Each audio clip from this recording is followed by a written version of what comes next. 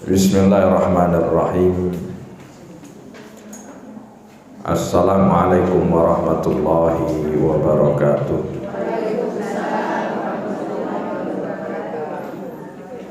Alhamdulillah wassalatu wassalamu ala rasulillah wa ala alihi wa sahbihi wa man wala. Wa ashhadu an la ilaha illallah wahdahu la syarikalah wa ashhadu anna Muhammadan abduhu wa rasuluh. Qala Allah ta'ala fi kitabihil karim, ya ayyuhalladzina amanu taqullaha haqqa tuqatih wa la tamutunna illa wa antum muslimun.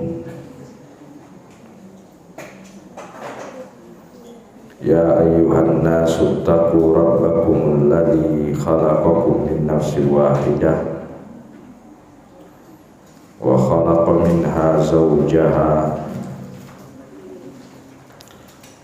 wa bassa minhuma rijalan katsiran wa nisaa. Wattaqullaha alladzi tasaaluna bihi wal arham, innallaha kana 'alaikum raqiba.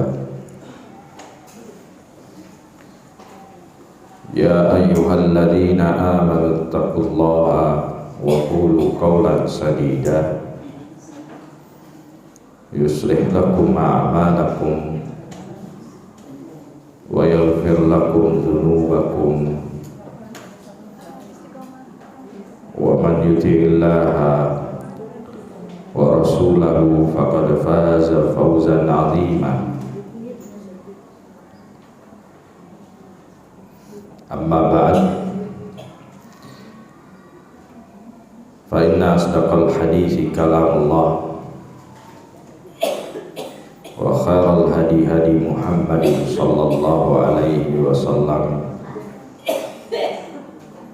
wa syarral umuri muhdatsatuha fa inna kulla muhdatsatin bid'ah wa kulla bid'atin dhalalah wa kulla dhalalatin finnar. Akhwati fid din, azani Allah wa iyyakum. Jamaah Yayasan Dakwah Ummahatul Muslimat yang semoga dimuliakan Allah. Alhamdulillah, kita senantiasa bersyukur kehadirat Allah Subhanahu wa ta'ala yang telah melimpahkan nikmatnya dan karunia-Nya kepada kita semua, terutama nikmat dimudahkannya kita memasuki bulan Ramadan. Sudah hari keberapa sekarang, Bu? Hari kelima. Tidak terasa kita sudah memasuki hari kelima dari bulan Ramadan, yang berarti Lebaran tinggal 24 hari lagi. Insya Allah, mudah-mudahan kita diberi kesehatan,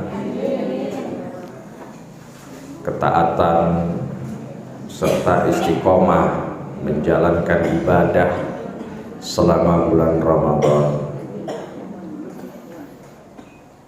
Jamaah sekalian yang semoga dimuliakan Allah, bulan Ramadan ini bulan yang istimewa di sisi Allah Subhanahu wa ta'ala. Bulan yang kedatangannya dinanti-nanti oleh umat Islam seluruh dunia. Semua orang gembira dengan kedatangan bulan Ramadan. Jangankan muslimin, kufar, orang-orang kafir pun ikut senang dengan kedatangan bulan Ramadan, karena omset dagang mereka bertambah. Ya, jadi kedatangan bulan Ramadan ini betul-betul berlimpah kebaikan, dan Allah sudah memudahkan kita, memberi kesempatan kepada kita untuk masuk di bulan yang istimewa ini. Maka kita harus sadari ini sebuah nikmat yang besar yang Allah berikan kepada kita. Ini karunia dari Allah. Sebagian muslimin ada yang sehari sebelum Ramadan meninggal dunia.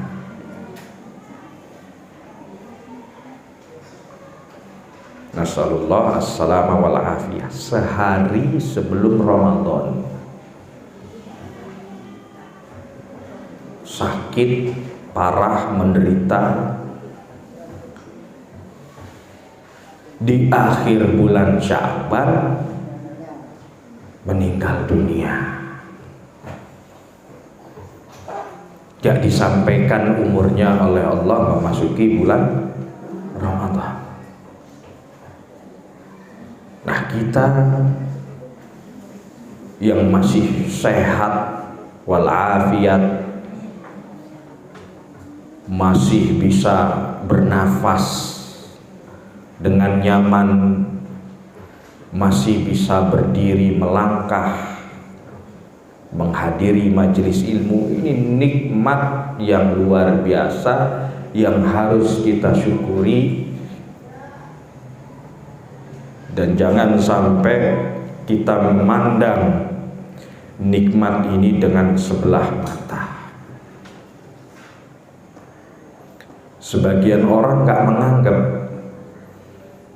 sampainya umur dia ke Ramadan itu bukan karunia, sehingga dia tidak bersyukur, dia tidak bergembira dengan kedatangan bulan Ramadan. Bagi dia ya sama aja bulan Ramadan, bulan Sya'ban, dan bulan-bulan yang lain sama. Karena dia tidak menganggap Ramadan ini sebagai anugerah,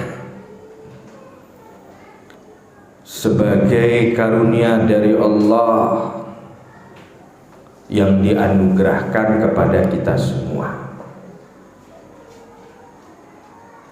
Maka sudah sepatutnya kita bergembira, bersuka cita dengan kedatangan bulan Ramadan ini, dan kita diberi kemudahan Allah berpuasa di bulan Ramadan ini, masuk bulan Ramadan ini dalam keadaan sehat, aman. Ini betul-betul karunia dari Allah yang harus kita syukuri, yang harus kita hargai. Dan Allah memerintahkan kita di dalam Al-Quran, di dalam firman-Nya, qul bifadlillahi wa birahmatihi fabidzalika falyafrahu huwa khairum mimma yajma'un. Kata Allah, katakanlah hai Muhammad sallallahu alaihi wasallam, atas karunia dari Allah dan rahmatnya yang diberikan kepada kita,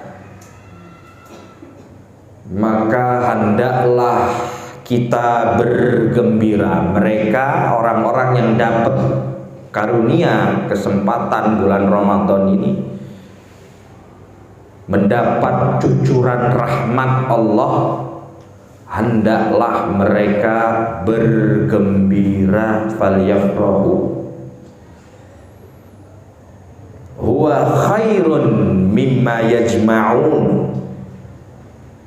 Karunia dari Allah dan cucuran rahmatnya itu, kata Allah, khairun, lebih baik, jauh lebih baik, mimma yajma'un, dari apa yang orang-orang kumpulkan dari perkara dunia ini. Orang sibuk mengumpulkan dunia, berlomba-lomba mengejar dunia. Kata Allah, ketahuilah apa yang mereka kumpulkan itu enggak lebih baik daripada apa yang kalian dapatkan berupa karunia Allah dan cucuran rahmatnya, sehingga kalian dimudahkan oleh Allah beribadah, menjalankan ketaatan di bulan yang istimewa, yaitu bulan Ramadan.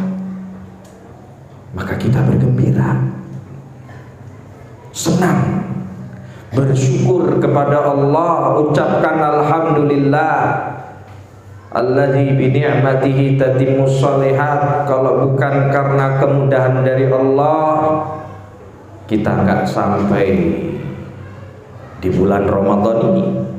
Kalau bukan karena pertolongan Allah, kita nggak bisa ibadah di bulan Ramadan ini. Bersyukur kepada Allah, alhamdulillah. Sebab itu Rasulullah Shallallahu Alaihi Wasallam sangat bergembira setiap kali mendengar kedatangan bulan Ramadan. Ya. Dan kegembiraan itu beliau nyatakan di hadapan para sahabatnya. Beliau nyatakan kepada para sahabatnya. Apa kata beliau? Atakum syahrul Ramadan. Telah datang kepada kalian bulan Ramadan. Masya Allah. Bulan yang penuh berkah, syahrun mubarak. Bulan yang penuh berkah. Berkah itu artinya apa? Berlimpah kebaikan dan berkesinambungan, itu berkah. Kolam, sumur dalam bahasa Arab disebut birkah. Kenapa kolam sumur disebut birkah? Karena menampung apa kolam sama sumur itu? Air. Yang itu jadi sumber kehidupan manusia, sumber kebaikan. Ya. Dan gak habis-habis air itu. Ya. Terus ada dan dimanfaatkan oleh manusia. Begitu juga dengan yang dimaksud keberkahan, artinya kasratul khairi wa dawamuhu, berlimpah kebaikan dan berkesinambungan. Jadi kalau Rasulullah Sallallahu Alaihi Wasallam mengatakan bulan Ramadan ini bulan berkah, maksudnya bukan bulannya yang ngasih berkah, Yang ngasih berkah ya Allah. Ya, bulan yang diberkahi, yang ngasih berkah ya Allah, ngasih kebaikan. Bagi siapa? Bagi orang-orang yang bergembira menyambut kedatangan bulan Ramadan, bersukacita, senang. Jadi dengar bulan Ramadan ekspresinya itu beda. Ya, enggak menang baik kata orang Jowo. Betul Bu ya, menang baik. Enggak diem atau biasa saja, Ramadan biasa saja. Enggak seperti itu sikap orang mukmin. Justru orang mukmin itu senang luar biasa, Masya Allah. Ini bulan yang Allah berkahi. Allah sampaikan umur kita, Alhamdulillah. Ya Allah, aku bersyukur kepada Engkau. Mudahkanlah aku dalam menjalankan ketaatan. Siapa yang berdoa seperti itu, Allah akan mudahkan. Tapi kalau nggak gembira, nganggap bulan Ramadannya biasa saja, maka Allah nggak akan mudahkan dirinya untuk taat. Ya, jadi kunci istiqomah di bulan Ramadan yang pertama itu bergembira, bersukacita dengan kedatangan bulan Ramadan. Karena ini bulan yang istimewa, bulan yang diberkahi oleh Allah Subhanahu wa ta'ala. Sampai dikisahkan dalam hadis yang sahih, ada dua orang di zaman Rasulullah SAW sama-sama masuk Islam. Dua orang ini dari kalangan Bani Udrah. Dia masuk Islam di masa Rasulullah SAW dan baik keislamannya. Yang satu menyambut panggilan jihad fisabilillah dan kemudian meninggal dunia di medan jihad. Berarti mati apa Bu? Mati syahid. Besar keutamaannya mati syahid ini. Ya. Yang lainnya, temannya yang sama-sama dia masuk Islam masih hidup, meninggalnya belakangan. Dan meninggalnya wajar, bukan karena di medan perang, bukan karena syahid di medan jihad, meninggal biasa.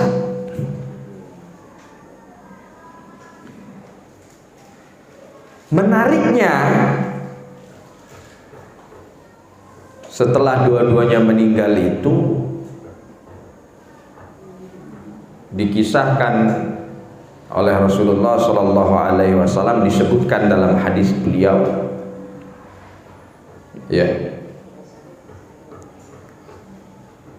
yang dipanggil masuk surga duluan orang yang kedua. Dipanggil masuk surga duluan berarti lebih utama dong, betul nggak Bu? Yang dipanggil duluan justru orang yang kedua, bukan orang yang pertama. Ya. Padahal yang pertama mati di medan jihad, mati syahid, bawa amalan besar, bukan kaleng-kaleng amalannya. Yang satu lagi matinya biasa, tapi ternyata dipanggil masuk surga duluan.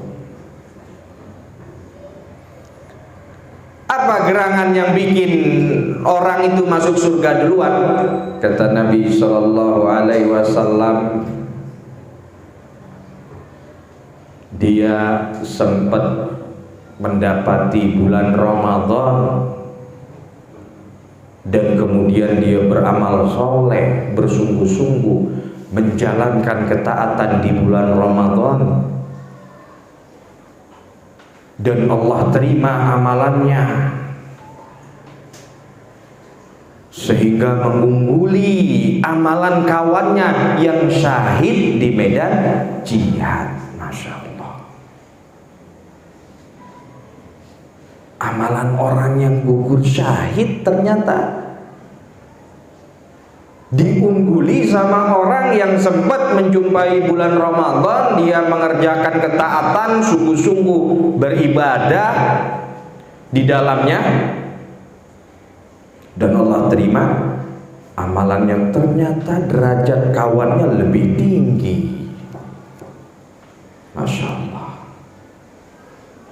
Ini menunjukkan bulan Ramadan ini betul-betul bulan yang luar biasa, bulan yang istimewa, bulan yang semestinya kita hargai dengan bergembira, dengan bersyukur kepada Allah Subhanahu wa ta'ala. Jadi Rasulullah SAW senang dengar kedatangan bulan Ramadan, ya, dan menegaskan kepada para sahabatnya, ini bulan Syahrul Mubarak, bulan yang diberkahi Allah, ya, bulan yang di dalamnya berlimpah kebaikan. Artinya Rasulullah Shallallahu Alaihi Wasallam mendorong kita untuk berlomba-lomba dalam kebaikan di bulan yang penuh berkah ini. Dan Nabi Shallallahu Alaihi Wasallam mengatakan kemudian, faradallahu alaikum siyamahu, bulan yang Allah fardukan, wajibkan kepada hamba-hambanya, orang-orang yang beriman, berpuasa. Apa kata Allah? Ya ayyuhalladzina amanu kutiba alaikumus syiyam kama kutiba alal ladzina min qablikum la'allakum tattaqun. Perhatikan, Allah mewajibkan puasa. Mukhatab di ayat ini yang diajak bicara hanyalah orang-orang yang beriman. Beriman kepada Allah, beriman kepada Rasul, beriman kepada hari akhir. Yang diajak bicara oleh Allah di ayat ini hanya orang-orang yang beriman, yang siap menerima perintah Allah, karena dia mengimani Allah, yakin kepada Allah. Apa yang Allah perintahkan pasti datangkan kebaikan. Dan puasa ini betul-betul banyak manfaatnya, ya. Puasa ini betul-betul banyak manfaatnya. Orang-orang barat baru belakangan ngomong bahwa puasa bagus buat kesehatan, baru belakangan. Bahkan orang-orang yang kena diabetes itu dianjurkan sama ahli medis barat untuk puasa. Bahkan orang yang sehat sekalipun dianjurkan puasa sama mereka. Karena apa? Untuk memperbaiki organ dalam tubuh. Otomatis Ya, tubuh jadi bersih, sel-sel yang rusak jadi bagus, jadi kembali diperbaiki. Ya, itu orang-orang barat yang baru teliti hari-hari ini.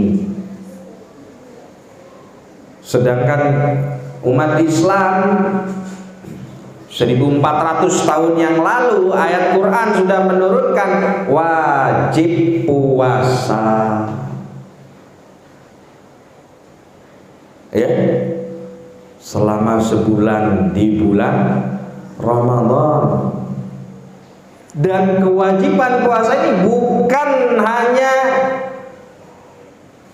berlaku bagi umatnya Rasulullah SAW sekarang, akan tetapi umat-umat sebelum beliau, umat-umat sebelum kita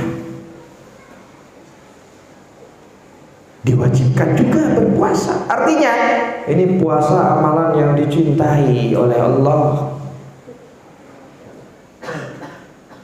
yang dikerjakan oleh orang yang beriman. Kenapa? Karena dalam puasa ini mengandung 3 kesabaran. Sabar dalam menjalankan ketaatan, sabar dalam menjauhi yang dilarang, dan sabar terhadap apa yang Allah tetapkan. Tiga-tiganya ada pada amalan puasa. Dan di luar Ramadan kita dianjurkan untuk berpuasa.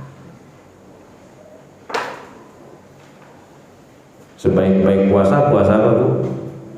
Puasa Daud. Kalau bisa sehari puasa, sehari enggak. Rasulullah SAW beliau berpuasa Senin Kemis. Ya, beliau berpuasa Senin Kemis. Ya.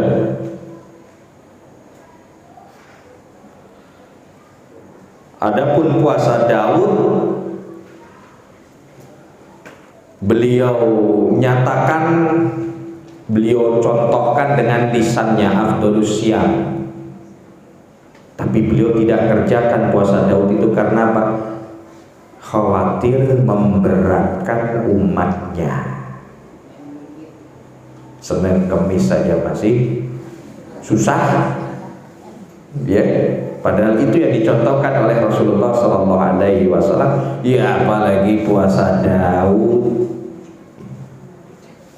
Ya, ditambah lagi di zaman kita sekarang kuliner macam-macam, sudah makanan macam-macam. Orang nggak bisa kontrol mulut, nggak bisa kontrol perut di zaman kita sekarang. Bahkan kuliner itu udah jadi budaya, betul nggak Bu? Budaya kuliner. Ya, orang rela bepergian jauh berhari-hari cuma buat makan sepiring seblak, apalagi pecel, untuk menghabiskan waktu. Ini di zaman kita sekarang. Ya, mungkin kalau ada bepergian ke sana, ke tempat yang sama sekalian, ya masih mending. Ini enggak. Ya memang udah diniatin dari rumah, ngajak kawan-kawan yuk ke sana, enak itu di situ makanannya itu katanya. Ya. Susah untuk diajak puasa mulut dan perut kita ini. Makanya Rasulullah SAW nyontohkan Senin Kemis. Ya. Tapi beliau menyatakan dengan lisannya puasa Daud itu yang lebih utama, yang afdol. Ya. Jadi puasa ini amalan yang bukan hanya berlaku di umat kita, ya, di umatnya Rasulullah SAW, tetapi juga di umat-umat sebelum beliau, termasuk Nabi Daud, makanya disebut puasa Daud. Ya. Dan tujuan dari puasa ini, ini yang kita harus camkan dengan baik. Tujuan kita menjalankan ibadah puasa, apa kata Allah tadi? La'allakum tattaqun, supaya kalian menjadi hamba Allah yang bertakwa, sehingga Allah yang lebih dia taati, tidak dia durhakai, Allah yang dia ingat, tidak dia lupakan, Allah yang dia syukuri nikmatnya dan tidak dia kufuri nikmatnya. Itu hakikat takwa, kata Ibnu Mas'ud. Ya.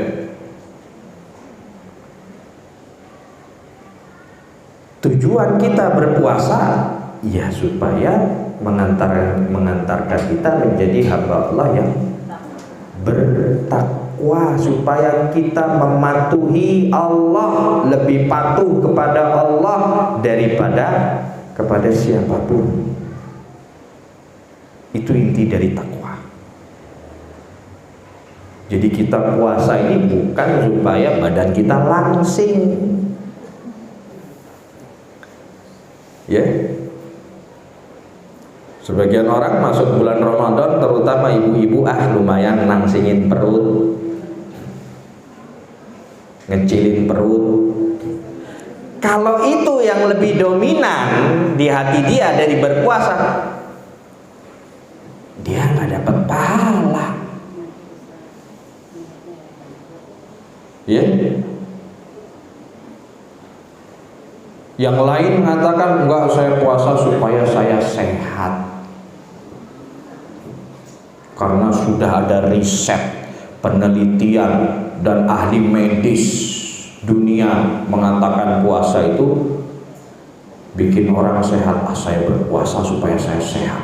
Nggak dapat pahala, dapat sehat iya, tapi nggak dapat pahala, dan nggak mengantarkan dia jadi hamba yang bertakwa. Karena apa? Salah niat. Ya. Jadi kita harus luruskan niat. Untuk apa kita puasa? Untuk urusan dunia kan? Ataukah semata-mata ya dalam rangka beribadah kepada Allah? Saya menjalankan puasa ini karena ini perintah Allah, dan saya yakin apa yang Allah perintahkan kepada saya itu jadi kebaikan buat dunia saya dan akhirat saya. Sami'na wa ata'na, saya jalankan puasa. Ini yang akan mengantarkan dirinya menjadi orang yang bertakwa. Makanya Nabi SAW mengatakan, man shoma ramadhana imanan wahtisaba ghufira lahu ma taqaddama min dzambihi. Barang siapa yang berpuasa atas dasar iman kepada Allah, iman kepada Rasulnya Sallallahu Alaihi Wasallam, iman kepada hari akhir, beriman dengan membenarkan janji-janjinya, wahtisaba, dan dia juga berpuasa karena mencari pahala dari Allah. Dia berpuasa yang dia cari balasan hanya dari Allah. Dia berpuasa bukan supaya dapat keridoan manusia, istilahnya sekarang dapat validasi dari orang. Dia beramal supaya diakui. Wah, itu istilahnya validasi.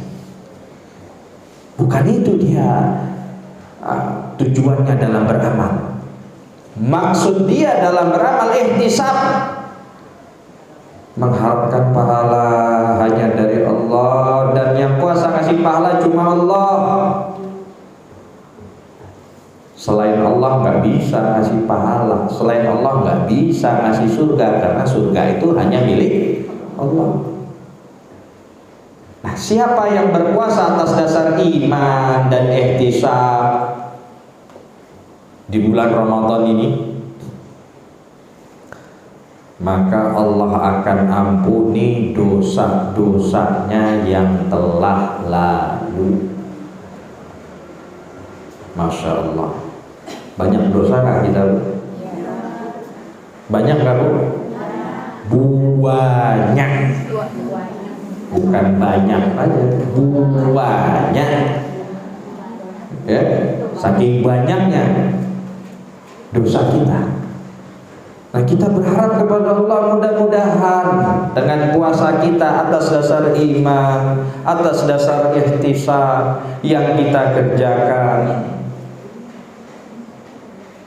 jadi sebab berguguran dosa-dosa kita dan kesalahan kita kepada Allah.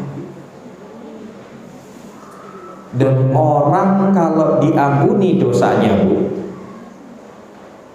itu tanda amalannya diterima oleh Allah.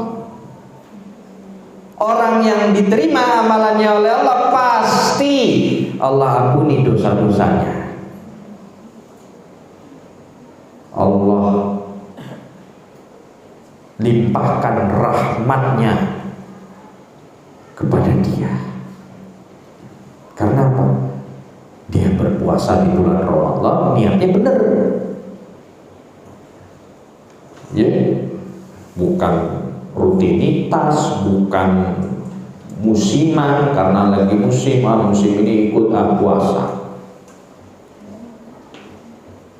Ya, bahkan orang kafir bersedia bikin konten di internet, ikut puasa, ikut sahur jam 3 bahkan sahurnya, ya, jam 2 bahkan lebih cepat lagi, ya, makan, tidur, siang sudah lapar tapi ditahan, buka ikut apa istilahnya Bu? Ngabuburit, nyari takjil. Padahal ini orang Kristen ngikut puasa. Ya. Bahkan nih kadang datang ke masjid memberanikan diri buka bersama, bikin konten. Udah dilihat sama orang, ya muslimin nggak lihat ya senang, ayo masuk Islam. Ya. Tapi yang dia kerjakan diterima nggak sama Allah? Ya. Kenapa? Karena tidak atas dasar iman dan ihtisab. Begitu juga orang muslim yang menjalankan puasa bukan atas dasar iman dan ihtisab, nggak diterima, sia-sia. Ini yang dikatakan Nabi Shallallahu Alaihi Wasallam apa? Dia puasa cuma dapat lapar dan dahaga, nggak dapat apa-apa. Demikian pula sholat malam. Sholat malam di bulan Ramadan namanya sholat taraweh, ya Bu. Kalau di luar bulan Ramadan bukan sholat taraweh, sholat malam. Ya, karena masuk bulan Ramadan diistilahkan taraweh. Kenapa? Taraweh itu bentuk jamak dari kata tarwihah, duduk istirahat sejenak. Jadi setiap selesai sholat tarawih 4 rakaat, 2 rakaat salam, 2 rakaat salam, duduk sejenak.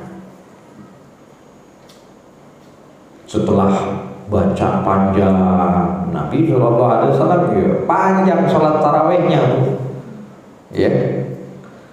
Karena panjangnya sholat tarawih itu dia butuh istirahat, duduk. Setiap 4 rakaat, 2 rakaat salam, 2 rakaat salam, duduk sejenak. Dan gak ada bacaan apa-apa, ya, gak ada lafal-lafal tertentu yang dibaca saat itu. Lanjut lagi, 2 rakaat lagi, 2 rakaat lagi, duduk lagi. Ini namanya tarwihah, ya. Dan ini dianjurkan oleh Rasulullah Sallallahu Alaihi Wasallam. Jadi sholat malam di bulan Ramadan disebut sholat tarawih, ya. Kata Nabi Sallallahu Alaihi Wasallam, man qama ramadhana imanan wa ihtisaban ghufira lahu ma taqaddama min dzambihi. Siapa yang menjalankan sholat malam di bulan Ramadan atas dasar iman dan ihtisab, Allah akan ampuni dosa-dosanya yang telah lalu. Jadi iman dan ihtisab ini kunci ibadah dan ketaatan kita, terutama di bulan Ramadan, ya. Dan ini kunci istiqomah yang kedua. Kalau tadi bersuka cita, bergembira, yang kegembiraan itu akan mendorong kita untuk berlomba-lomba dalam kebaikan, berlomba-lomba dalam ketaatan. Kenapa? Karena menganggap bulan Ramadan itu, meyakini bulan Ramadan itu sebagai karunia, gembira ya, karena Ramadan itu karunia dari Allah. Karena itu karunia, ya, dia akan terdorong untuk berlomba-lomba dalam ketaatan dan kebaikan. Yang kedua, kunci istiqomah iman dan ihtisab. Makanya Bu, kita kalau lihat di masjid-masjid sekitar kita awal Ramadan hari pertama, gimana masjid kondisinya Bu? Full, luar biasa, orang soleh semua isinya, ya. Hari kedua mulai berkurang, hari ketiga mulai berkurang, pekan pertama separuh masjid yang tersisa, yang tadinya full separuh. Pekan pertama, pekan kedua lebih parah lagi, pekan ketiga sudah pada mudik orang, ya. Masjid-masjid makin sepi, padahal akhir itu yang menentukan. Terutama 10 malam terakhir dari bulan Ramadan, kok malah ditinggalkan, ya. Ini kata ulama apa? Orang kalau seperti ini keadaannya kalah cerdas sama kuda. Kuda gimana Bu? Makin mendekati garis finish makin kencang apa makin kendor apa makin santai? Makin kencang kuda itu, lihat garis finish dia makin lincah, ya. Berlomba-lomba sama kuda-kuda yang lain untuk merebut garis finish. Itu kuda. Nah, kata para ulama, orang yang di akhir Ramadan justru malah kendor atau bahkan gak kelihatan di masjid, absen dari ibadah, berarti dia kalah cerdas sama kuda. Apa sebabnya? Dia beribadah tidak di atas landasan iman dan ihtisab kepada Allah, sehingga dia tidak istiqomah. Iman dan ihtisab ini sangat berkaitan dengan ketentuan hati kita, keikhlasan kita. Ya. Dan para ulama kita mengingatkan apa? Siapa yang maka lillahi yabqa, apa-apa yang dikerjakan karena Allah, ikhlas, tulus, bukan karena yang lain. Orang mau muji, mau celah, nggak peduli. Yang saya lakukan karena Allah, bukan karena mereka. Yabqa akan terus berkesinambungan, terus konsisten. Ini orang yang ikhlas, orang yang benar keimanannya, orang yang ihtisab kepada Allah. Jadi kalau kita mau istiqomah, perbaiki niat kita, luruskan hati kita, evaluasi keimanan kita. Ya, jangan sampai kita kalah cerdas sama siapa Bu? Sama kuda. Dan orang-orang yang mengerjakan ketaatan atas dasar iman dan ihtisab inilah yang akan mengantarkan dia menjadi orang yang bertakwa. Ini makna Allah wajibkan kita berpuasa pada bulan yang Allah berkahi, supaya kita bisa kontrol diri. Sekarang ini orang di luar kontrol semua, Bu. Ya. Makanya Allah datangkan bulan Ramadan supaya bisa kontrol dirinya, kontrol mulutnya, kontrol perutnya. Ya. Dan puasa ini bukan hanya kita disuruh sabar menahan diri dari perkara yang haram, dari perkara yang halal. Makan, minum kan halal, tapi kita disuruh tahan, kontrol dirimu sampai waktunya berbuka, sehingga dirinya bisa jadi lebih baik, jiwanya bisa jadi lebih bersih dengan puasa itu, sehingga dia menjadi hamba Allah yang bertakwa. Kemudian Nabi SAW juga mengatakan tuftahu fihi abwabul jannah. Di bulan Ramadan itu Allah buka pintu-pintu surga. Kalau dibuka pintu surga berarti surga sudah ada. Ya, masa iya pintu surga dibuka surganya belum ada? Karena sebagian orang ada yang berkeyakinan surga itu belum ada katanya. Kalau surga udah ada, mubadzir katanya. Allahul musta'an. Tahu-tahuan dia ngomong mubadzir surga itu kalau sudah ada sekarang. Ya. Memangnya surga yang bikin dia? Kalau yang bikin dia iya mubadzir. Tapi ini surga yang punya Allah, yang menciptakan Allah, nggak ada yang sia-sia. Ya.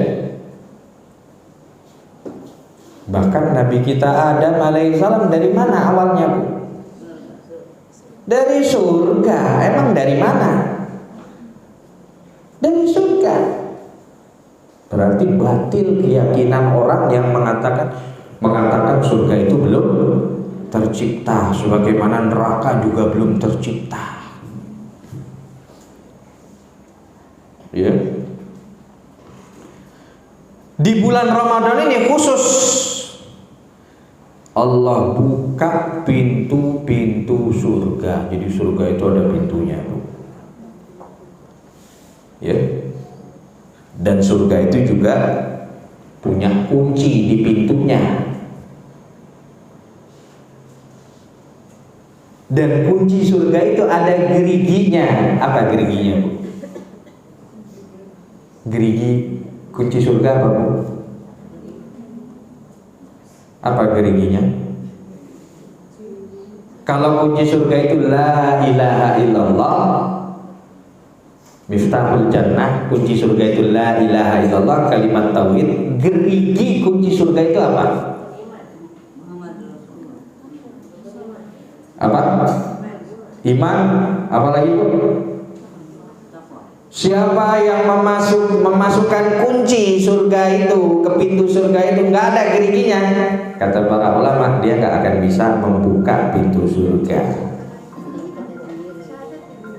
Apa, Bu?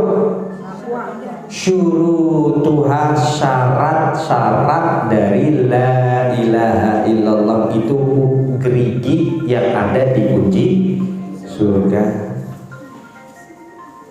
Jadi kunci surga juga bergigi. Giginya itu syarat-syaratnya. Apa syarat-syaratnya? Ilmu. Dalam sebuah bait syair disebutkan oleh para ulama, ilmun yakinun wa ikhlasun wa sidquka ma'a mahabbatin wal qiyadin wal qabuli laha. Ada 7. Ilmu, yakin, ikhlas,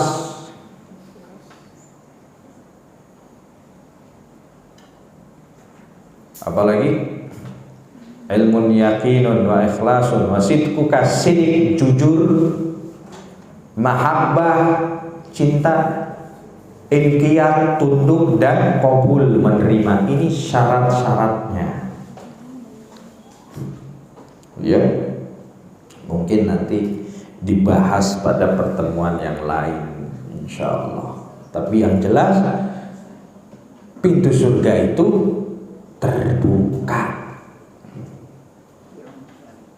pada bulan Ramadan. Yang buka siapa? Yang punya surga, Allah. Ya. Jadi kalau ada orang yang meyakini mubazir, surga itu udah ada sekarang, yaitu kalau surganya ente yang buat, ya. Tapi kalau yang Allah, yang menciptakan Allah, nggak ada yang sia-sia, ya.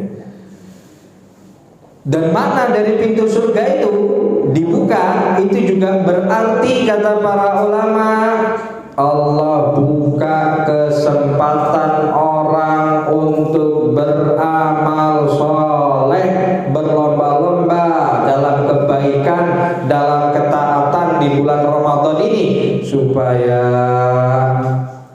dia masuk surga. Makanya, Bu, malam pertama bulan Ramadan masuk, malam pertama ada malaikat yang nyeru di atas langit. Ya baghiyal khair aqbil. Wahai orang-orang yang menghendaki kebaikan, sambut Ramadan ini dengan berlomba-lomba dalam kebaikan. Wa ya baghiyasy syarr aqsir. Wahai orang-orang yang masih terbelenggu dalam dosa dan kemaksiatan, tahan dirimu. Ini bulan Ramadan, jangan engkau nodai kemuliaan bulan Ramadan ini dengan dosa dan pelanggaran. Tahan. Dan itu diserukan oleh malaikat, kata Nabi SAW, kulla laila, setiap malam sampai berakhir bulan Ramadan. Dengar, Bu, suara malaikat?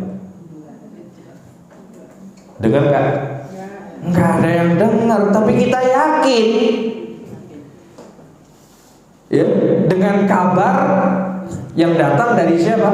Rasulullah Shallallahu Alaihi Wasallam, karena beliau as-shadiqul masduq, orang yang jujur, terpercaya, dibenarkan ucapannya, yakin meskipun kita nggak dengar. Ya, sekalipun telinga kita nggak dengar karena itu gaib, seruan malaikat itu, tapi hati-hati yang bersih, hati-hati yang cenderung kepada kebaikan itu peka. Wah, ini bulan Ramadan, ngerasakan efeknya dari suara seruan malaikat itu yang ngajak manusia untuk berlomba-lomba dalam kebaikan, berpengaruh ke hatinya sehingga hatinya tergerak untuk berbuat kebaikan. Jadi seruan malaikat itu disambut dengan apa? Hati, bukan pakai telinga, karena itu perkara gaib. Hati-hati yang cenderung kepada kebaikan nyambut itu seruan malaikat, peka langsung berlomba-lomba dalam kebaikan di bulan Ramadan. Masya Allah. Dan Nabi SAW katakan, malaikat yang menyeru itu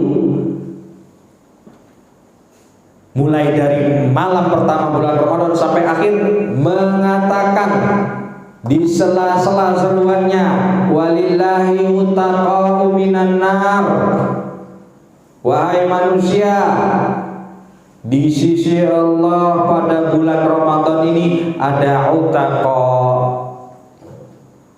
Tahu utaqa? Hamba-hamba Allah yang dibebaskan dari api neraka. Para pendosa dapat kesempatan selamat dari ancaman api neraka, manakala dia menyambut Ramadan ini dengan kebaikan. Karena Allah mengatakan, malaikat mengatakan, ada hamba-hamba Allah yang dibebaskan dari api neraka siapa yang menyambut Ramadan ini dengan taat. Dan kita berharap mudah-mudahan kita termasuk hamba-hamba Allah yang dibebaskan dari api neraka. Amalan kita ini sedikit, yang sedikit saja belum tentu ikhlas. Betul nggak Bu? Lebih banyak dosanya, lebih banyak ngeyelnya. Ya, mungkin kalau ditulis dibandingkan amal kebaikan dan amal kejelekan kita, lebih banyak kejelekan kita. Dan mungkin kita merasa, waduh nggak pantas masuk surga ini. Datang bulan Ramadan, Masya Allah, Allah kasih kesempatan, Allah bebaskan para pendosa dari api neraka. Gimana nggak seneng kita? Masya Allah. Ya, ada orang-orang yang dijanjikan oleh Allah terbebas dari api neraka. Allah haramkan api neraka nyentuh dia, karena dia menghargai bulan Ramadan. Makanya Rasulullah SAW kemudian mengatakan apa? Wa tughlaqu fihi abwabul jahim. Bulan Ramadan itu ditutup juga pintu-pintu neraka. Pintu surga dibuka, pintu neraka ditutup. Ya, Allah curahkan rahmatnya kepada hamba-hambanya yang menyambut Ramadan ini dengan iman dan ihtisab kepada Allah, dengan ilmu. Siapa yang menyambut bulan Ramadan ini dengan sikap seperti itu, Allah selamatkan dirinya dari ancaman api neraka. Ya. Dan ini maknanya sama seperti pintu surga, pintu neraka juga sudah ada. Neraka juga sudah ada, pintunya juga ada. Dan ketika memasuki malam pertama, pintu neraka semuanya ditutup. Allah yang menutupnya. Ya. Dan ini sebagai kasih sayang Allah ya kepada hamba-hambanya agar selamat terbebas dari api neraka. Masya Allah. Dan kemudian Nabi SAW mengatakan wa tughallu fihi maradatus syayatin. Para dedengkot, tahu dedengkot itu? Kepala bos-bos setan dibelenggu ketika datang bulan Ramadan ini. Dedengkotnya diikat. Makanya kita rasakan pengaruh Ramadan ini. Kemaksiatan lebih banyak apa lebih sedikit? Lebih banyak atau lebih sedikit secara umum kemaksiatan? Lebih sedikit. Karena apa? Dedengkot setan lagi dibelenggu, nggak leluasa melancarkan tipu dayanya. Ya. Sampai orang yang pendosa sekalipun kalau dikasih petunjuk sama Allah, dia tahu bulan Ramadan, dia tahan dirinya. Ya, nggak mau berbuat pelanggaran di bulan Ramadan, bahkan ikut puasa, ikut tarawih. Ya, ini penyebabnya karena apa? Salah satunya ya dedengkot syaitan itu dibelenggu. Tujuannya untuk apa, Bu? Memudahkan kita menjalankan ketaatan dari Allah, ketaatan kepada Allah. Masya Allah. Betul-betul dikasih pertolongan kita untuk taat.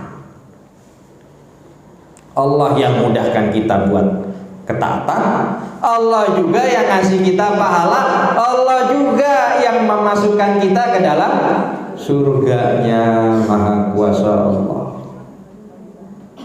Ya. Wa fihi lailatun, dan Nabi SAW selanjutnya mengatakan di antara malam bulan Ramadan itu ada satu malam, lailah hiya khairun min alfi syahr, yang nilainya lebih baik dari 1000 bulan. Berapa tahun tuh? 83 tahun lebih, ya kita bulatkan 84. Satu malam seperti 84 tahun. Ya. Dan ini dikabarkan oleh Nabi SAW hanya ada di antara 10 malam terakhir dari bulan Ramadan. Makanya makin akhir tuh makin ngegas. Ya. Bukan makin kendor, makin ngerem. Ya. Justru mesti makin kencang kita. Dan Nabi SAW apa yang beliau lakukan? Masuk 10 malam terakhir, I'tikaf itu, Bu, ada tingkatan-tingkatannya. Tingkatan yang paling perfect, yang paling utama, seperti yang dicontohkan oleh Rasulullah SAW. Beliau meninggalkan rumahnya sejak masuk 10 malam terakhir. Artinya beliau nggak pulang ke rumahnya. Kenapa? Wah, kalau pulang ke rumahnya lain cerita. Dan beliau ingin memfokuskan dirinya, memutus hubungan dengan manusia, sehingga beliau di malam-malam terakhir bulan Ramadan memusatkan perhatiannya kepada Allah dengan ibadah. beribadah, bertakarrub. Sampai Nabi kalau rambutnya minta tolong disisirin, itu cuma dijulurkan saja kepalanya, Bu. Nggak masuk ke rumah, kepalanya saja tolong dijulurkan, tolong disisirin sama istri beliau. Rumah beliau kan bersebelahan sama masjid. Ya, ibarat ini masjid itu pintu rumah, masukin kepala, tolong disisirkan.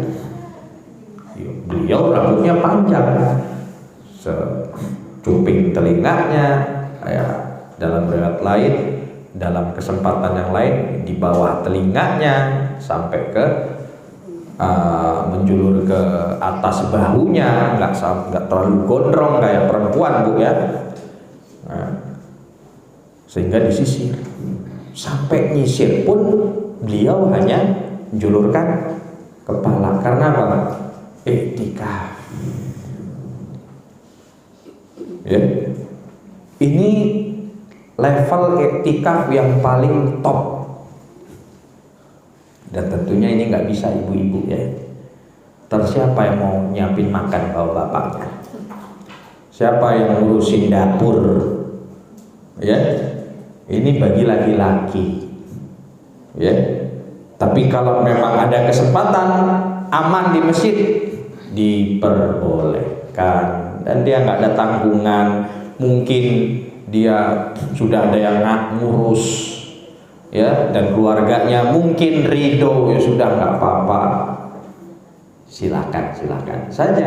Tapi umumnya perempuan yang mau sudah berusia sekalipun, ya tetap dibutuhkan keberadaannya, kehadirannya di rumah. Kalau enggak, dapur enggak ngebul, itu jadi perkara nanti, ya. Begitu. Ini level iktikaf yang paling sempurna, ya. Yang di bawahnya ya mungkin cuma malam-malam saja, siangnya di rumah atau bekerja. Ini level di bawahnya. Level yang di bawahnya lagi ya cuma di malam-malam ganjil. Level di bawahnya lagi ya cuma sebagian malam dia ke masjid. Karena iktikaf itu di masjid, ya. Level yang paling minim dia cuma duduk sesaat, sejam di masjid terus pulang. Iktikaf itu batas minimumnya duduk sesaat, kurang lebih ya 30 menit sampai sejam di masjid. Ini tingkatan iktikaf yang paling rendah, ya. Tujuannya apa? Bertakarrub kepada Allah supaya bisa memanfaatkan malam 10 terakhir dengan ketaatan dan diharapkan mendapatkan Lailatul Qadar. Dan orang yang mendapatkan Lailatul Qadar itu nggak diharuskan iktikaf, nggak dipersyaratkan iktikaf. Jadi di rumah pun, ya, kaum muslimin masih terbuka kesempatan dapat malam Lailatul Qadar, terutama ibu-ibu. Makanya Aisyah di masa Rasulullah SAW iktikaf, beliau kan gak iktikaf, beliau di rumah, ya. Apa kata beliau? Ya Rasulullah, gimana menurutmu kalau aku meyakini suatu malam itu malam Lailatul Qadar? Ucapkanlah olehmu, kata Nabi SAW, Allahumma innaka afuwun tuhibbul afwa fa'fu anni ya Allah. Engkau maha pemaaf, afu, maha pemaaf, maha pengampun. Tuhibbul afwa, senang memaafkan. Masya Allah. Kalau kita lihat ada orang yang berselisih sama kita, dia mudah memaafkan, kita senang. Ini yang memaafkan Allah, dan Allah senang memaafkan hambanya. Fa'fu anni, maafkanlah aku ya Allah. Itu doa yang diajari Nabi SAW kepada Aisyah dan juga kepada para sahabat beliau manakala meyakini suatu malam adalah malam Lailatul Qadar. Perbanyak doa. Dan ini jadi kunci keistiqomahan yang ketiga. Banyak doa kepada Allah, minta diampuni dosa-dosanya. Karena yang menghalangi kita dari istiqomah ya hati kita yang kotor, dosa kita yang numpuk, kesalahan kita yang belum diperbaiki. Ya. Jadi siapapun yang terbangun di 10 malam terakhir menjalankan ketaatan di masjid atau di rumah berpeluang dapat keutamaan malam Lailatul Qadar. Tapi yang di masjid apa pasti dapat? Ya enggak juga, barangkali di masjid dia sibuk sama handphone, enggak sibuk baca Quran. Ada juga yang ke masjid tidur, cuma pindah tempat tidur. Ya, di masjid lebih adem. Ya. Cuma pindah ranjang. Enggak dapat yang kayak begitu. Meskipun memang Lailatul Qadar juga bertingkat-tingkat, yang paling sempurna ya seperti Rasulullah SAW menghidupkan malam semalam suntuk dengan apa? Ketaatan, sholat, baca Quran, berdoa kepada Allah. Ya. Yang paling minim kata para ulama orang mendapatkan malam Lailatul Qadar yang ikut sholat Isya. Bagi laki-laki berjamaah di masjid, bagi wanita sholat di rumah. Itu yang paling minim dapat keutamaan Lailatul Qadar. Nah, kalau kita mau tambah lagi, upgrade lebih banyak lagi, ya habis Isya kita perbanyak baca Quran setelah sholat, perbanyak zikir, perbanyak doa. Letih istirahat, tidur boleh, bangun lagi doa lagi. Ini Nabi katakan siapa yang beramal pada malam itu dia seperti beramal selama 84 tahun. Berarti umurnya panjang gak Bu? Umurnya panjang. Ya. Kalau umat-umat terdahulu umurnya ada yang ratusan tahun, bahkan ribuan tahun, sehingga mereka kesempatan beramalnya lebih banyak. Umat kita sekarang ini, umatnya Rasulullah SAW, umurnya pendek, antara 60-70, jarang yang lebih dari 70, kata Nabi SAW. Akan tetapi dikasih keistimewaan dengan amalan-amalan yang utama, termasuk amalan di bulan Ramadan, terkhusus di malam Lailatul Qadar. Siapa yang beramal pada malam itu berarti umurnya dipanjangkan 84 tahun. Dia sholat di malam itu dihitung di sisi Allah seperti dia sholat selama 84 tahun. Itu setahun sekali. Kalkulasikan sudah berapa Ramadan kita dapat 50 tahun, ya dikali 84 kali 50 itu sudah.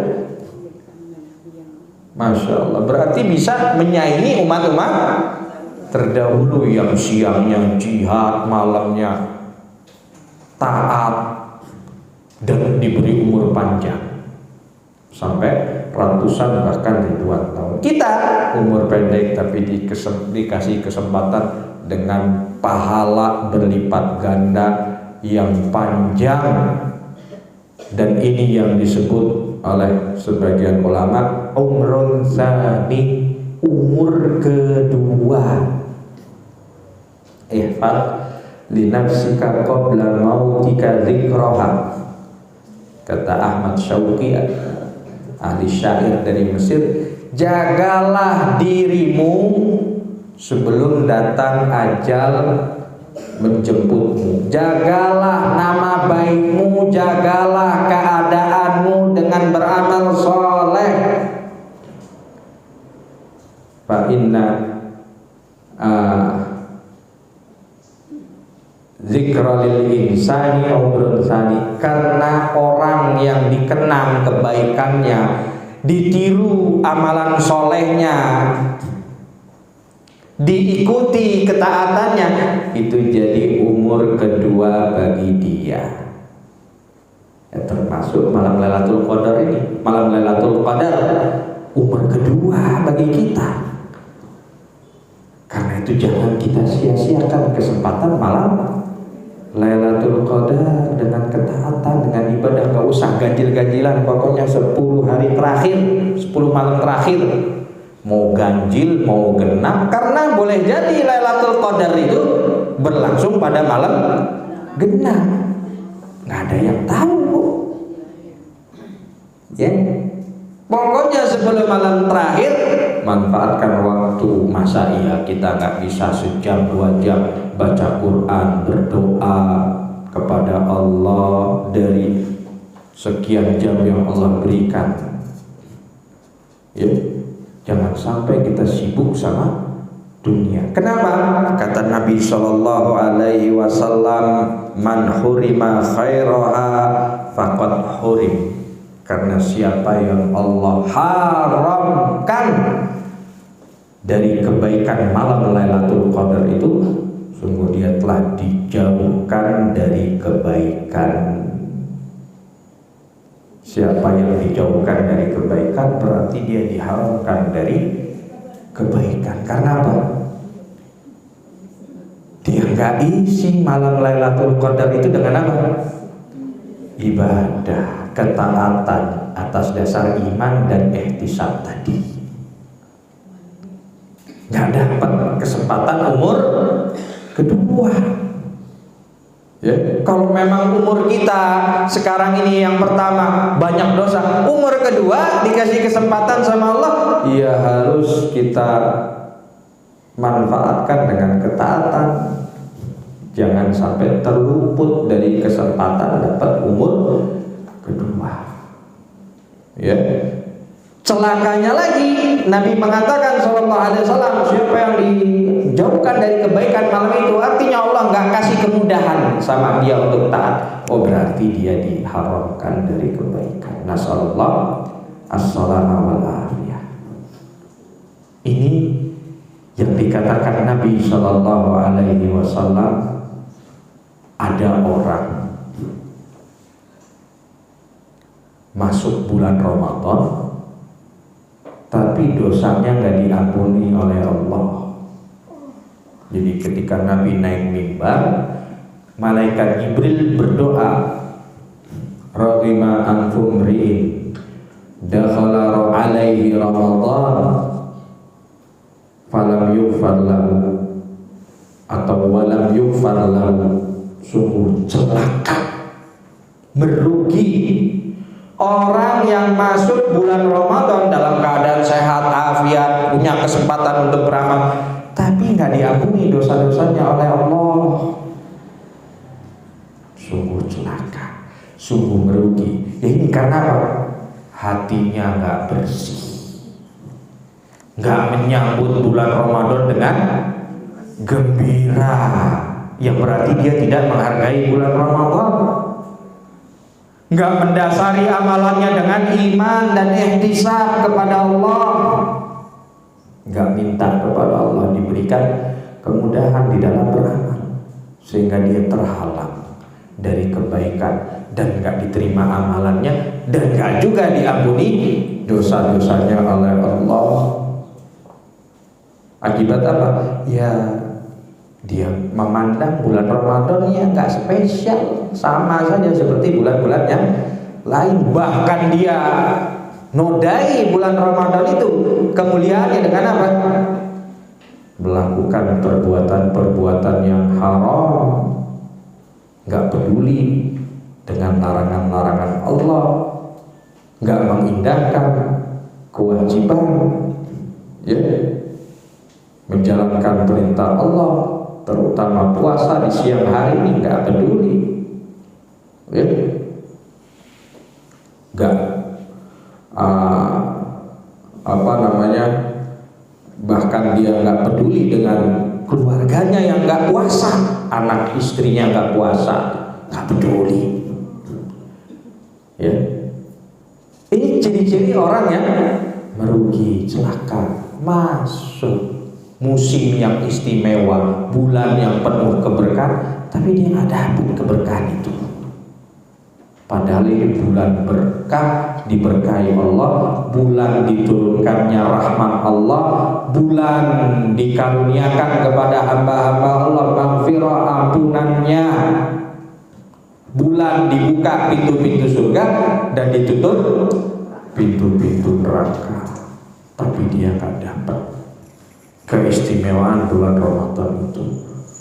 Semoga Allah selamatkan kita dari golongan orang-orang yang celaka, yang merugi, sebagaimana yang dikatakan oleh Rasulullah Shallallahu Alaihi Wasallam tadi. Ya, penyebabnya karena dia menyia-nyiakan bulan Ramadan, tidak menghargai bulan Ramadan, tidak menyambut bulan Ramadan, ya, dengan mempersiapkan hatinya, membersihkan hatinya, bertobat kepada Allah, ya, sehingga dia memasuki bulan Ramadan dalam keadaan gak dapat keberkahan, ampunan dari Allah Subhanahu wa ta'ala. Semoga Allah selamatkan kita semua dari golongan orang-orang yang celaka, serta memberi petunjuk kepada kita untuk beribadah di bulan Ramadan ini atas dasar iman dan ihtisab, mengampuni dosa-dosa kita, menerima amalan kita semua, dan memudahkan kita untuk istiqomah di bulan Ramadan ini dan setelah bulan Ramadan sampai menemui bulan Ramadan pada tahun yang akan datang. Demikian yang bisa disampaikan. Sebelum ditutup mungkin ada pertanyaan dari jamaah, silakan Bu. Pak, kalau nikah di 10 malam terakhir tapi diadakannya di musola, boleh enggak Pak? Bismillah, alhamdulillah, wassalatu wassalamu ala rasulillah wa ala alihi wa sahbihi wa man walah wa la hawla wa la quwwata illa billah. Perlu didudukkan dulu istilah musola. Musola itu artinya apa Bu? Kalau dalam syariat, tanah lapang, tempat sholat di tanah lapang. Makanya Nabi SAW kalau hari raya Aid, beliau keluar menuju mana? Musola, bukan menuju Masjid Nabawi. Musola, ke tanah lapang. Masuk istilah musola itu ke tempat kita Indonesia, jadilah masjid kecil. Ya. Jadi sebetulnya musola itu masjid juga kalau ditegakkan di dalamnya sholat fardu berjamaah 5 waktu. Jadi hukum musola yang ada di sekitar kita, kalau ditegakkan sholat fardu 5 waktu dan diwakafkan, ya, bukan milik pribadi, maka sama seperti masjid. Nggak masalah, nggak harus dipersyaratkan sebagai sholat masjid itu untuk sholat Jumat, karena sholat Jumat itu di masjid jami, ya.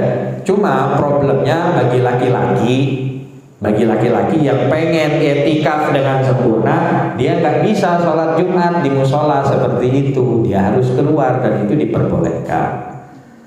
Namun yang lebih baik lagi, ya, dia sekalian kalau mau lebih sempurna lagi cari masjid jami, sehingga dia nggak perlu keluar cari masjid kalau mau sempurna. Tapi kalau ditanya boleh nggak i'tikaf di musola seperti yang ketentuannya, kriterianya seperti tadi, itu boleh, karena sama seperti i'tikaf di masjid.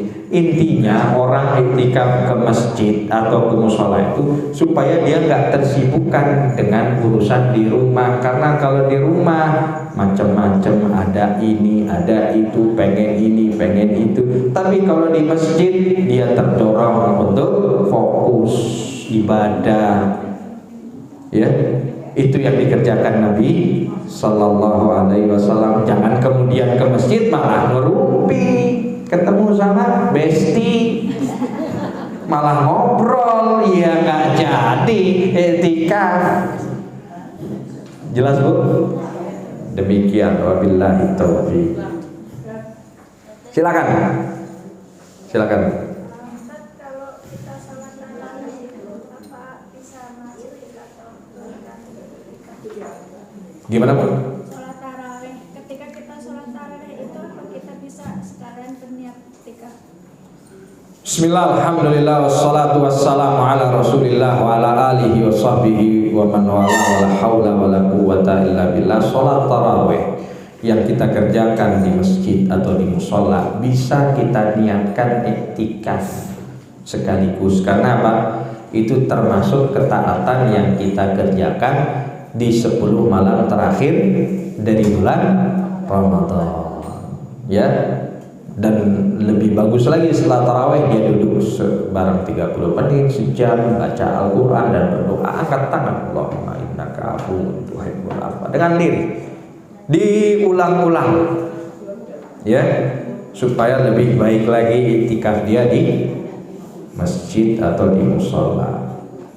Tadi yang sebelah kiri Bu, silakan. Ya, silakan Bu. Waalaikumsalam. Ada ustaz yang bilang setelah sholat tarawih tidak ada lagi sholat tahajud malam. Tapi dibilang doa aja, dibaca Quran atau doa. Ada satu ustaz lagi yang bilang boleh sholat lagi malam. Jadi saya bingung ustaz. Saya suka sholat lagi itu malam, tapi saya tidak witir lagi karena witirnya sudah bersama dengan imam tadi.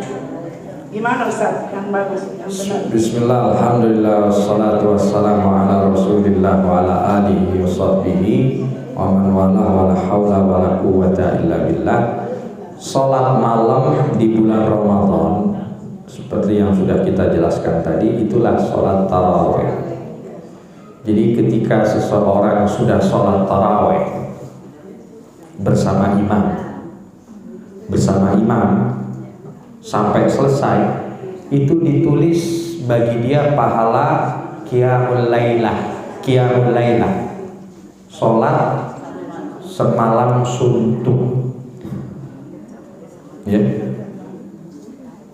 Jadi dia meskipun duduk dapat pahala salat semalam suntuk di malam itu. Namun boleh nggak? Udah selesai taraweh, selesai witir, dia mau sholat lagi. Para ulama kita memfatwakan boleh. Itu bukan perkara yang dilarang. Akan tetapi ini perlu dicatat, tidak perlu ditutup dengan witir lagi. Karena witirnya sudah dia kerjakan dengan sholat tarawih sebelumnya. Kalau dia malam, saya mau sholat lagi, boleh, nggak ada larangan. Ya, nggak ada larangan, termasuk perintah untuk mengingat Allah, antara lainnya sholat di malam itu. Akan tetapi nggak perlu ditutup sama witir lagi. Ini yang difatwakan oleh sebagian ulama kita seperti Syekh Shalih Al-Fauzan hafizahullah.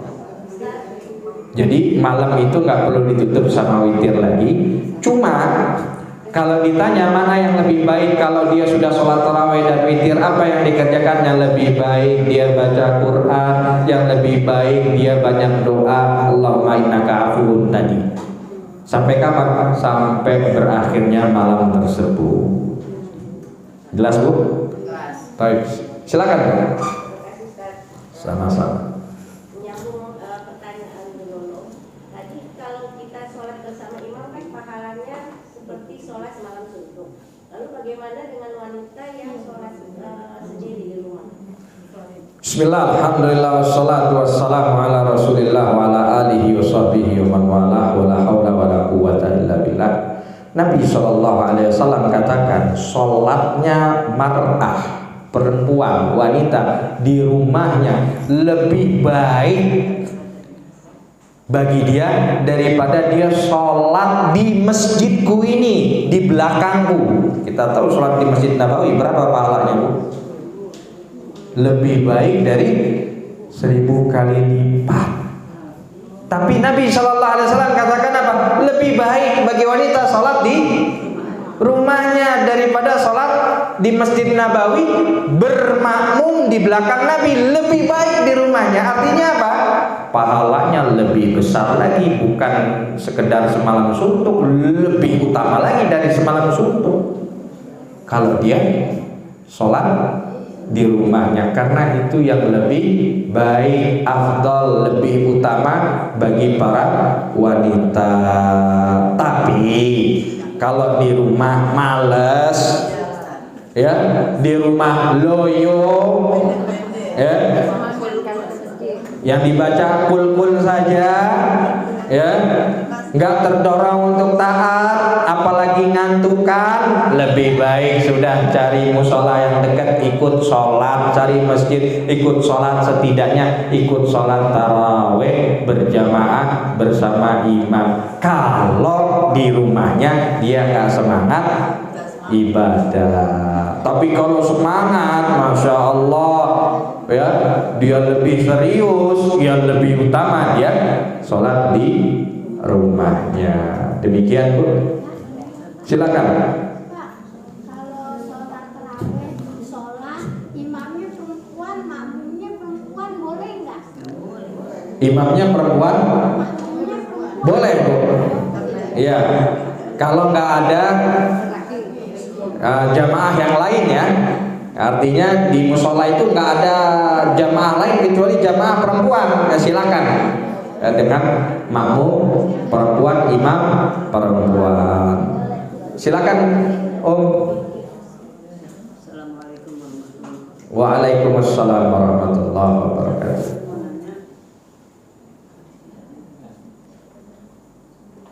Apa namanya, saya kalau sholat tidur, Ustaz, itu menghadapnya kemana, Ustaz? Ya.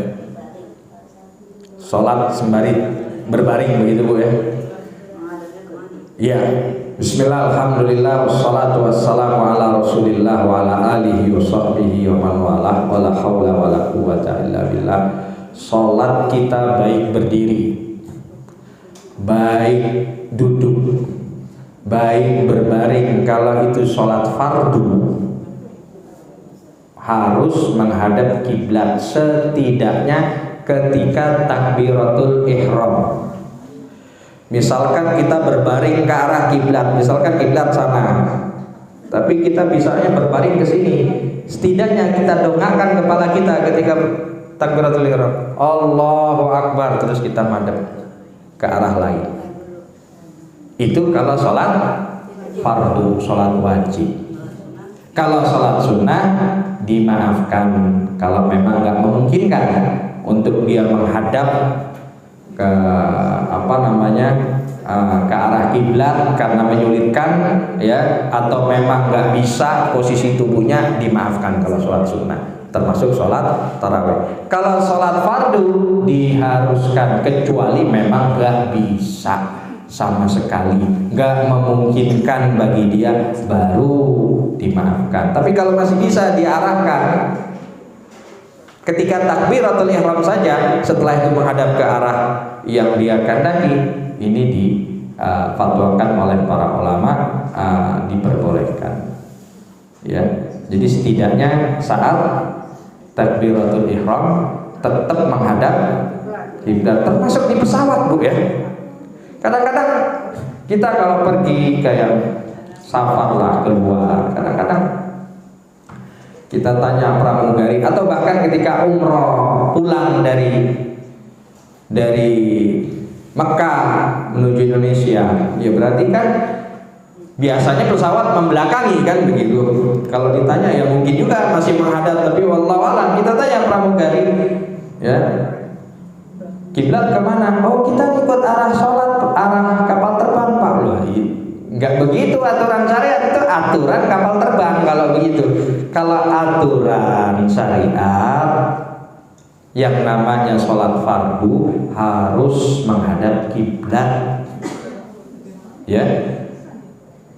Minimal setidaknya ketika takbiratul ihram. Kalau ternyata kiblat itu di belakang, sholat ke sana, ya kita menghadap begini, Bu. Allahu Akbar, terus ke depan. Jadi jangan menghadap membelakangi kiblat, ya. Allahu Akbar dengan alasan seperti aturan pramugari tadi, kita ikut arah kapal terbang. Nggak sah sholatnya, Bu. Nggak sah sholatnya. Kenapa, Bu? Kalau misalkan kita udah tanya, dia nggak ngasih tahu, ya kita kira-kira saja. Kita kalau misalkan mau ngarah ke Mekah, ya kan biasanya pesawat ngarahnya sama. Ya, tapi kalau pulang dari Mekah, itu kan kita nggak tahu sebelah kanan, kiri, atau sebelah mana begitu. Makanya kita tanya. Tapi kalau pramugarinya nggak ngasih tahu, ya kita kira-kira saja. Oh, tadi kita berangkat dari sana, ya berarti kita membelakangi. Dimaafkan. Setidaknya ketika takbiratul ihram dan ketika sholat ini juga, Bu, yang perlu diperhatikan. Kalau kita mampu berdiri dalam sholat fardu, Bu, ya, harus berdiri setidaknya ketika takbiratul ihram. Jadi jangan takbiratul ihram duduk. Di pesawat kan rata-rata orang duduk. Allahu Akbar. Para ulama mengatakan sholatnya nggak sah, karena Nabi perintahkan sholli qa'iman. Bagi yang mampu berdiri, dia nggak berdiri, sholatnya nggak sah. Jadi jangan malu-malu, berdiri saja sudah di atas pesawat di depan tempat duduk. Allahu Akbar, duduk setelah itu. Jangan dia takbiratul ihram sambil duduk, padahal dia mampu berdiri. Kalau di mobil turun, ya kan bisa turun kalau di mobil, dan dia bisa menjamak sholat di darat, ya, di pinggir jalan atau di satu tempat lebih mudah. Tapi kalau di pesawat makan waktu, kadang-kadang subuh, zuhur, asar belum nyampe, berarti 3 waktu itu kan nggak bisa dijamak, subuh sama zuhur, ya. Nah, jadi kita praktekkan sebagaimana yang diajarkan oleh Rasulullah SAW, sholli qa'iman. Kecuali memang kita nggak bisa berdiri, dimaafkan, ya, sholat fardu sambil duduk. Tapi kalau kita berdiri terus kita takbiratul ihram sambil duduk, para ulama mengatakan nggak sah. Sama seperti orang yang takbiratul ihram dia nggak ngucap Allahu Akbar, dia cuma dalam hati doang. Allah Akbar dalam hati, dia nggak ngucap Allahu Akbar meskipun sir, itu juga nggak sah sholatnya. Jadi harus disuarakan meskipun diri Allahu Akbar. Dan ketika kita mengucap takbir itu hayati, sehingga sholat kita jadi lebih khusyuk. Kita yakini kebesaran Allah lebih besar dari urusan dunia kita. Masalah-masalah dunia kita kecil di hadapan Allah, karena Allah yang maha besar. Jelas, Bu? Silakan. Saya sakit itu saat keluar dari kamar mandi, kita kan mau wudu pulang dari kamar mandi, wudu itu sakit setengah mati. Saya kadang-kadang sampai kalau saya tunggu entar dulu, saya takut batal. Jadi itu dia makanya saya suka tidur. Jadi saya berusaha untuk diri dan untuk duduk gitu, tapi karena sakit memang ya, nggak memungkinkan. saya gitu. Allah yashfiq tawur insyaallah. Jadi saya tidur Ustaz. Sholat sesuai kemampuanmu. Sholat kita dikasih keringanan sama Allah apa? La yukallifullahu nafsan illa wus'aha. Kita disuruh beribadah, taat, menjalankan kewajiban sesuai dengan kemampuan kita. Allah Maha tahu keadaan hambanya. Jadi kita jangan ngerasa wah nanti gimana. Sudah kita yakin Allah terima amalan kita, sambil berharap kepada Allah agar menerima amalan kita, dan kita lakukan, kerjakan perintah itu dengan sebaik-baiknya sesuai dengan kesanggupan kita. Kalau nggak memungkinkan wudhu, ya kita disuruh tayamum. Tayamum cukup dengan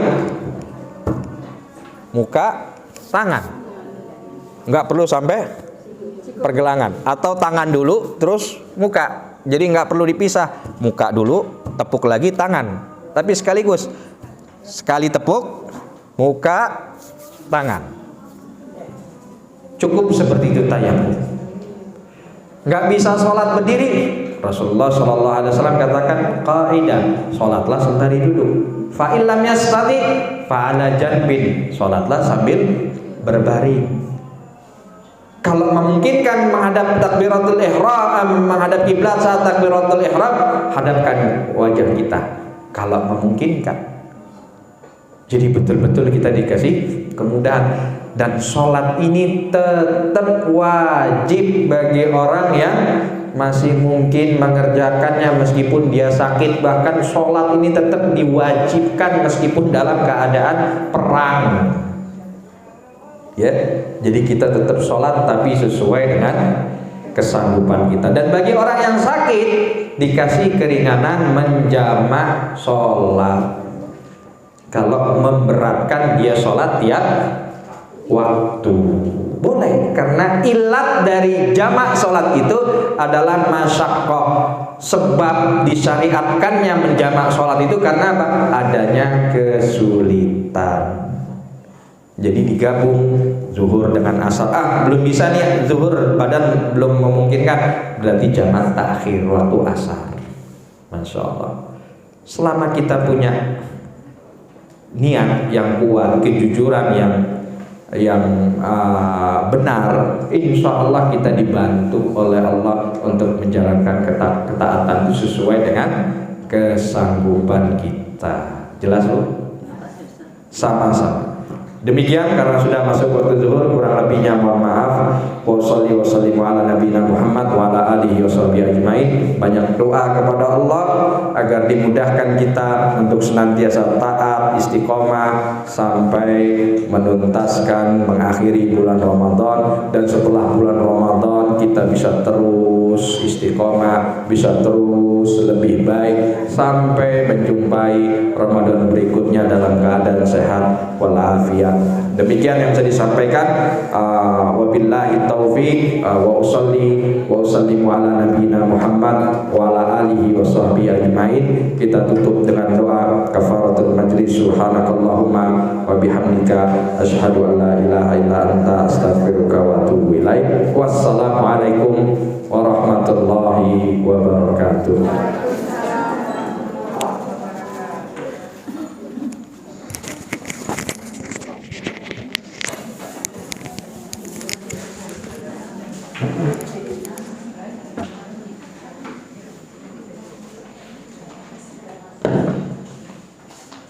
Terima kasih kepada Ustadz Fikri yang telah begitu banyak memberikan ilmunya kepada kita pada hari ini. Mudah-mudahan apa yang beliau sampaikan tadi bisa menjadikan kita untuk lebih mudah lagi menjalankan ibadah puasa pada tahun ini. Demikian pengajian kita pada hari ini. Sampai ketemu Senin depan insya Allah dengan Ustadz Abu Hurairah. Assalamualaikum warahmatullahi